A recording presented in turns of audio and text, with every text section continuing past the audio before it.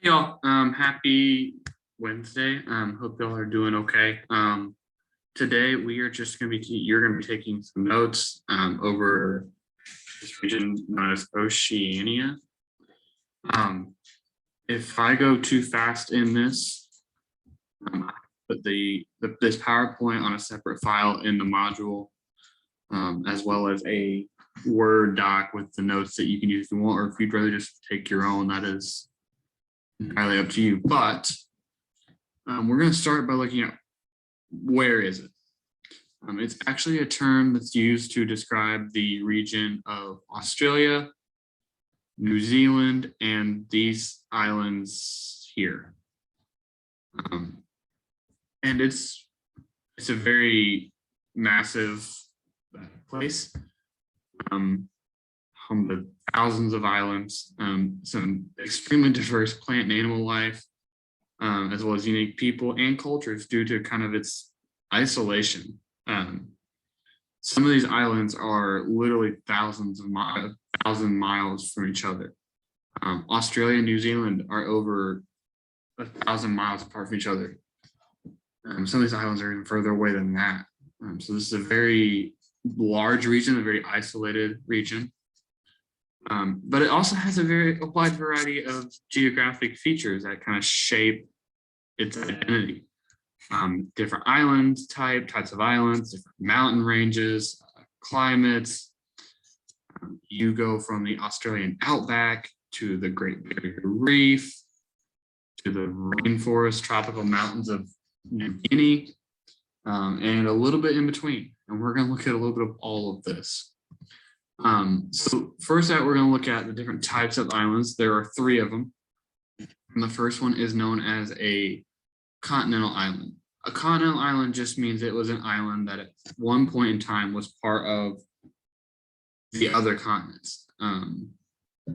Meaning at some point it broke away and became their own islands. Australia and New Zealand are the 2 big ones in this region. There are 1 or 2 others, but Australia and New Zealand are the 2 biggest that you will recognize. And all this means is they're at one point in time they were part of the other island or the continents when Pangea was a thing, but over time have kind of broken off and become their own island.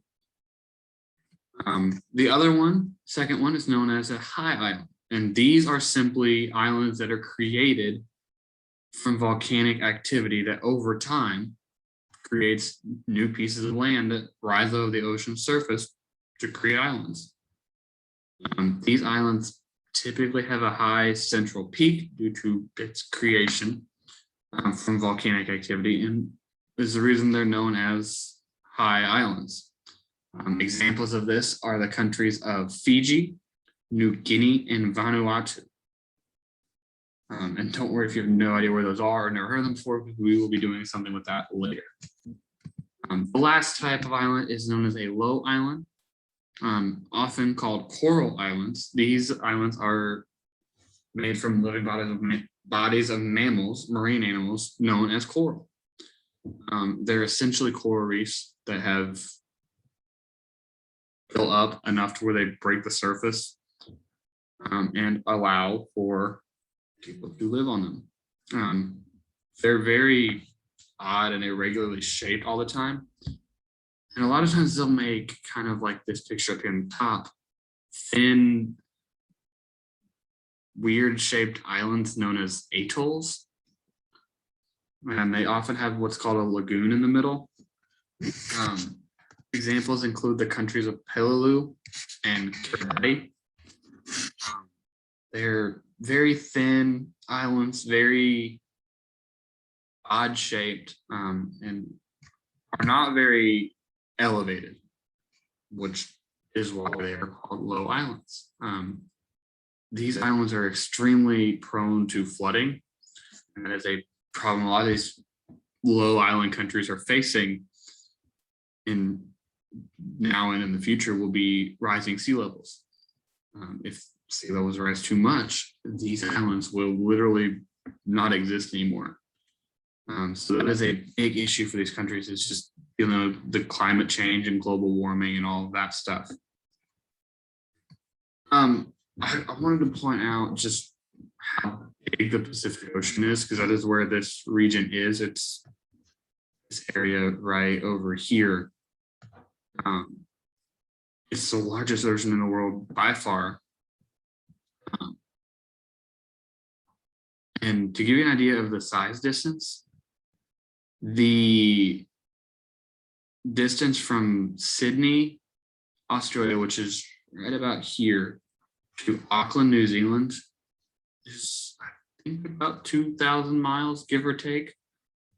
And then the distance from Peleliu, which is an island country up around here, to Australia is 2,000 miles. So this is a extremely massive region, brought to you by the Pacific Ocean. So it is, the distance between some of these countries is quite extensive. We'll talk about a couple of unique features in this region, starting with the Australian outback. The outback isn't really a certain place.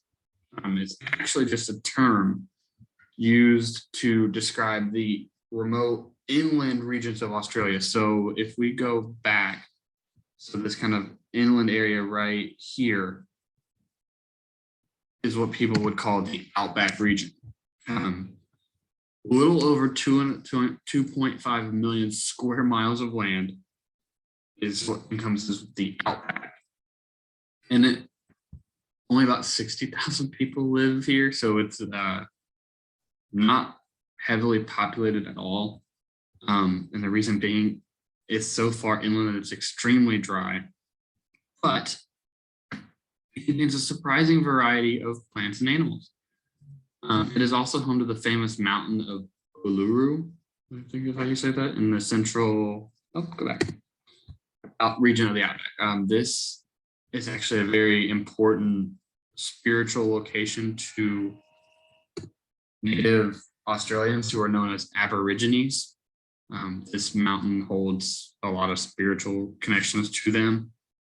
And so it's well known because of what it is, but it's also a spiritually important thing as well. And you got this guy over here who, animals that are endemic to Australia. And endemic is a fancy way of saying animals that can only be found in one part of the world. There are hundreds of endemic animal species in Australia, New Zealand, and other island countries in the region. A few are the dingo, which are these guys here. Kangaroos, oddly enough.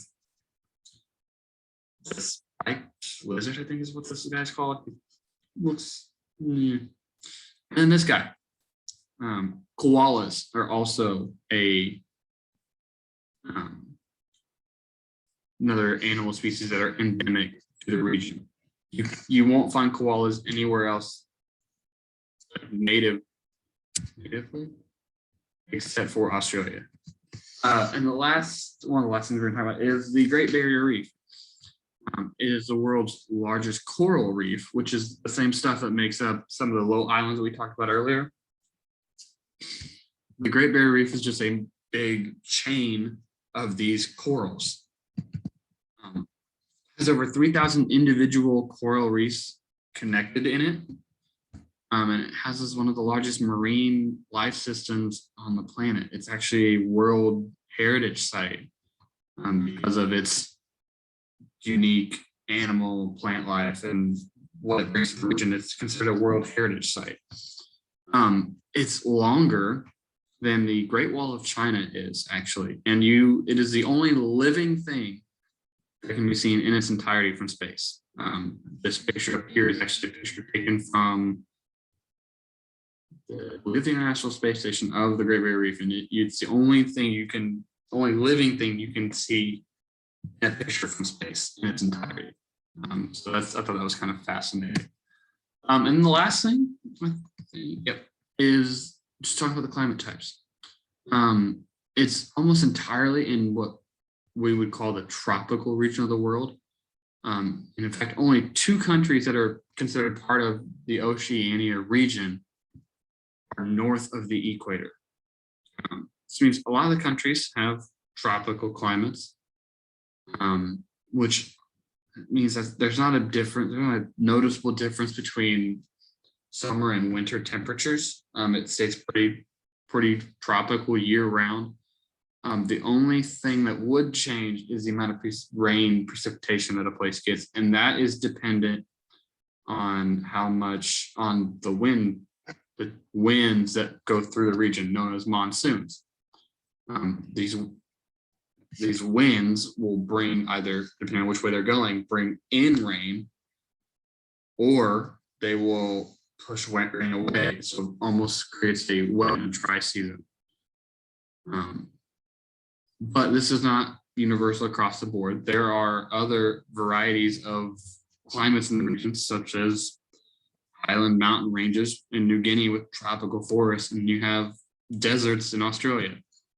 So this is not a kind of end all be all system, but again, just a very brief overview of the region. We are going to do some more stuff with the countries in the region tomorrow, but I wanted to kind of highlight what this region will look like, what climates you could see, what plants, animals, things like that you could see, and just kind of where stuff is. What is the geography of this region? So before we go, I have the PowerPoint here, and then if you want to take notes yourself from what I get put together, you can find that here. Otherwise, you can take your own notes, however you want to do it. That is actually all I have. If you guys have any questions over any of this, shoot me an email. Other than that, tomorrow we'll do something with the countries in the region, and I will have that for you all tomorrow. But other than that, hope you have a good rest of your day, and I will see you all tomorrow.